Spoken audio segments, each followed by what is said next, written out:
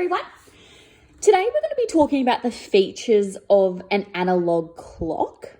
Now, in the lesson today, you might be creating your own clock, so making an analog clock out of a paper plate. If you don't have those materials, this video will show you how to draw an analog clock, okay? So, we are really looking at the features of a clock. Now, what are the features, you ask? Well, the features are all the different parts of a clock that make up the clock, that make it a clock, I suppose. So, one feature might be that they're usually round. So, most analog clocks are round. They have numbers starting at 12, going all the way around. So from 12, we go 1, 2, 3, 4, 5, 6, 7, 8, 9, 10, 11, and then back to 12. So it has numbers all around it. It also has a long hand or a big hand. So it can be called either, or a short or a little hand, okay? And the hands on the clock tell us show us the minutes and the hours, okay? So our long hand shows us the minutes and the short hand shows us the hours. Oops, this one's going around a little bit. So today we are going to have a practice of drawing them. Now, I have drawn one to start off with. It's very basic, so I will show you how to do this because it can be a little bit tricky to get it right at the start. So I'll turn the page. The first thing you need to do is find something that you can trace. Find a circle you can trace. You can decide if you want to just draw a circle without anything to trace, but I find it's much easier to have something to trace. So I have got this lid and I am simply going to trace it. So I'll put one hand that I'm not using to write with on the item I'm tracing, and with the other hand I will trace it like so. Once you've got your circle, you're going to start with the numbers. Now, you might think we will just write 1, 2, 3, 4, 5, 6, 7, 8, 9, 10, 11, 12, but we're not going to. That's actually a really tricky way to do it. What we need to start off with is drawing or writing 4 of the numbers. So the numbers we usually write first to make sure our clock is to make sure our numbers are in the correct place in the clock. We write the 12 at the very top of the clock. So at the very top.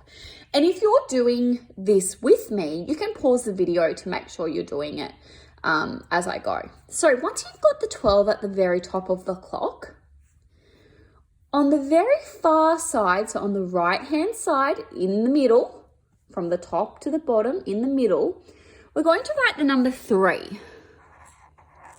Okay, so we've got a 12 and a 3 now. Directly underneath the 12, we're going to go right all the way down to the bottom. We're going to write a 6. So now we should have it 12, 3, 6. Directly across from the 3 on the other side, we're going to write a 9. So to start off with, you should have a 12, a 3, a 6, and a 9. Now we need to fill in the numbers that would go next. So after the 12, we actually have a 1, okay? So thinking about your 3, going backwards, 2, 1. Okay, so we need a 1 and then a 2. Now you can see I've tried to space them out nicely. Okay, so we've got a bit of space there. So what would I write after the 3? Yeah, that's right, a 4 and then a 5. So obviously I'll write my 4 about here and my 5 about here so that the 6 fits in perfectly.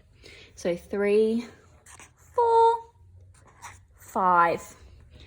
After the 6, we have a 7 and an 8. After the 9, we have a 10 and 11. Okay, so now we have drawn our circle, we've got our numbers in the correct spot, you're going to try and find the very middle of the circle. Okay, so you might go sort of halfway in between the 9 and 3, halfway between the 12 and the 6, and in the middle somewhere. Now this is where your hands can go. Today I'm going to draw my long hand, which is telling me the minutes on the 12th. And I'm going to draw my short hand or the small hand pointing to the 1. Okay, so it's 1 o'clock on my clock today.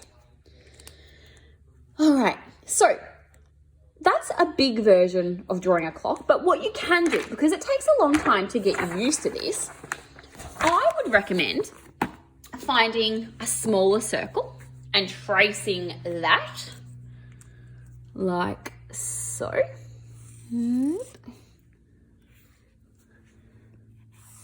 One there, one there, and basically doing lots of analog clocks on your piece of paper so that if you make a mistake, you can just practice and keep going on to the next one.